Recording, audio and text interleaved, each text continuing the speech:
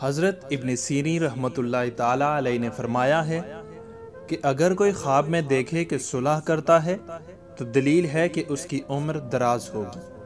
اور اگر دیکھے کہ صلح میں کسی کو فساد دین کی دعوت دیتا ہے تو دلیل ہے کہ اس کو راہ دین اور خیر کی دعوت دے گا، اور اگر دیکھے کہ کسی کو غصے کے ساتھ دین کی دعوت دیتا ہے تو دلیل ہے کہ اس کو فساد اور شر کی دعوت دے گا۔ حضرت جعفر صادق رضی اللہ تعالی عنہ نے فرمایا ہے کہ خواب میں صلح کرنا 3 وجہ پر ہے: درازی عمر،